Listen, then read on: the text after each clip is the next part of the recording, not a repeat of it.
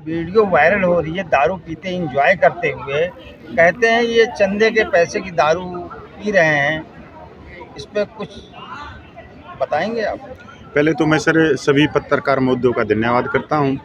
आप सभी को मालूम है कि 234 दिन से जवानों की जायज़ मांगों के लिए संघर्ष चल रहा है सांकेतिक, और ये सबका सैनिक संघर्ष कमेटी के नेतृत्व में चल रहा है। सर देखो, जो सवाल आपने पूछा कि पूर्व सैनिक का एक वीडियो वायरल हो रहा है, एक प्रधान का, एक संस्था का दारू पीने का और हंसी घूसी कुछ भी करते हुए का। तो सर जो सवाल है, वैसे तो वो सवाल आपने उनसे पूछना चाहिए जिनका वो वीडियो वायरल हो रहा है। तो मेरे पास में तो इसके बारे में कोई शब्द नहीं है, पर मैंने वो वीडियो देखा है। ऐसा नहीं करना था, क्योंकि प्रधान कोई भी हो, हमारे चलो विचार या उनकी कुछ राजनीतिक इच्छाएं पूरी करने के लिए होगा, पर प्रधान वो मेरे भी हैं। ऐसा नहीं है कि वो प्रधान नहीं, अगर मेरे सामने से वो आएंगे तो मैं प्रधान जी ही बोलूँगा, अध्यक्ष जी राम राम, अध्यक्ष जी सत श्री अकाल। तो थोड़ा सा अनैतिक कार्य है ये, ऐसा सार्वजनिक जगह पे नहीं करना था। अच्छा सर, मैं ये कह रहा हूँ पंजाब से भी कुछ खबरें आई हैं सर कि पूर्व सैनिक जो है, अगर क्या नाम पूर्व सैनिकों का वो 1 रैंक 1 पेंशन पे विसंगतियाँ दूर नहीं हुई तो आने वाले 2024 के चुनाव में पूर्व सैनिक जो है भारतीय जनता पार्टी को वोट नहीं करेंगे। नहीं, ये तो नहीं है सर। आज तक देखो इस मंच पे राजनीतिक नहीं हुई, और ना ही हमने इतने कठोर शब्द की कि हम ये कहें कि वोट नहीं। वीडियो है सर। मैं उसके बारे में बताऊंगा कि वोट नहीं करना नहीं सर, वो समतर्थ हैं। अगर हमारी एक वोट से कोई हमारी पेंशन को छीन रहा है तो सब समझदार हैं, वो वोट क्यों करेगा, किसको करना है, ये समतर्थ है सर, कोई किसी पे। पर हम इस तरह की कोई बात नहीं करेंगे। दूसरी बात कि पंजाब में मीटिंगें चल रही हैं बड़े लेवल के ऊपर, पर ये राजनीतिक मीटिंगें नहीं है, ये सैनिकों के हकों की मीटिंगें हैं कि भी आने वाले समय में जो मरण व्रत होना है उसी की आगे की जो की जा रही है कि जो प्लानिंग है उसी के ऊपर हो रही है, और बड़े लेवल में मीटिंगें चल रही हैं, हर डिस्ट्रिक्ट में चल रही है। तो आगे क्या लड़ाई होगी पार्लियामेंट या क्या नाम जो अंदर बैठे हुए हैं उनके खिलाफ क्या मतलब ऐसी तैयारी चल रही है? देखो सर, ये तो संविधान के दायरे में जो अंदर बैठे हैं उनको हमने ही तो बिठाया, हमने ही वोट कराया। पर हमारे पास में क्या रह जाता है कि जब हमारी कहीं आवाज़ ना जाती तो या तो हम माननीय राष्ट्रपति से इच्छा मृत्यु मांगते हैं, वो हमने माननीय राष्ट्रपति को लेटर चला गया है, माननीय प्रधानमंत्री को, माननीय रक्षा मंत्री को, कि मरण व्रत पर हम बैठ रहे हैं। तो मरण व्रत की सर जब भी डेट निकलेगी आप लोगों तक होगा, और अभी तक जो हैं वो उसमें मेरे हिसाब से तो 300-400 तक अभी लिस्ट अपडेट हो चुकी है जो आमरण अनशन पे बैठेंगे हमारे सभी सर। कपिल सर, वो जो मैं कह रहा हूँ पूर्व सैनिक थे उनके कुछ नाम बताएंगे आप जो अल्कोहल पीते हुए उनकी वीडियो वायरल हो रही है? सर वो एक संस्था के हैं और अध्यक्ष हैं, उनमें से बहुत सारे सरकार के बंदे भी हैं उसमें, और एक तरह से मैं नाम तो क्या बताऊं सर, वो भी हमारे ही भाई हैं, और तो ऐसा नहीं करना चाहिए। पर जब वीडियो वायरल होगी तो मैं उससे भी नहीं भाग सकता।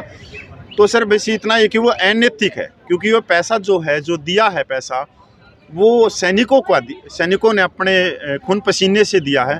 अगर मैंने तो उस बोतल को गूगल पे सर्च किया था, वो 1700-1800 रुपये की है, और जितने बंदे बैठे हुए हैं वो इतने बंदे में कम से कम 8-10 बोतल तो पी गए होंगे। ड्राई फ्रूट है, फिर खाना भी खाया होगा, मतलब 25-30 हज़ार का। तो ये गलत था सर, और पर्दा होता है हर चीज़ का। एक अध्यक्ष की भूमिका बहुत बड़े लेवल पे होती है, और एक अध्यक्ष के इस तरह से वीडियो आ रहे हैं तो वो क्या लड़ाई लड़ेंगे, क्या संघर्ष करेंगे, क्या दिखाना चाह रहे हो?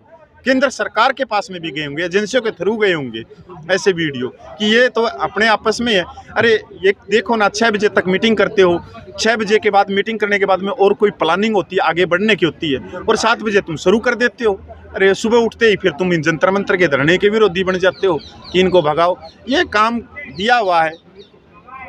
पूर्व सैनिकों को जहां खालिस्तानी बोला जाता है, इनको बदनाम करने की सत्ताधारी पार्टी, और आपके बीच में अफसर जो है, पूर्व सैनिक अफसर जो हैं, जो सत्ता के अरे क्या नाम, अरे वो जयचंद जिसे कहा जाता है, वो खुद ही इतने अरे क्या नाम आप लोगों को बदनाम करने में कोई कमी नहीं छोड़ रहे हैं। ये पूर्व सैनिक ही एक इनके हाथ को और मजबूत करने में लगे हुए हैं। देखो पत्रकार मुद्दे साहब, जब भी संघर्ष चलता है, संघर्ष में उसको खंडित करने के लिए इस तरह के आरोप आएंगे।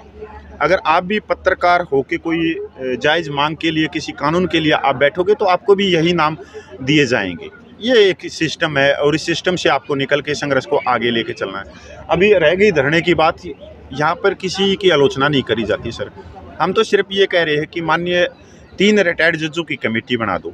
बहुत सिंपल सी बात है मेरे हिसाब से। तो ना तो किसी रिटायर्ड ऑफिसर को होना चाहिए इससे कोई तकलीफ, ना किसी विरोधी को होना चाहिए, ना किसी और हमारे तीसरे भाई को होना चाहिए। हम ये भी नहीं कह रहे कि जो माननीय 3 रिटायर्ड जजों की कमेटी जो गठित होगी कि उसमें सबका कमेटी ही अपनी बात रखेगी, कपिल फौजी रखेगा, हरपाल रखेगा। नहीं सर, उसमें वाइस भी रख लो, उसमें कोई और दूसरी संस्थाएं, हजारों संस्थाएं, वो भी अपनी बात रखो, सबूतों के आधार पर रखो, पूरा समझाओ माननीय जज साहब को कि जी हमारी जायज़ मांगे यहाँ तक हैं, ये देखो कागज, ये चीज़ें हैं, सबके लिए है।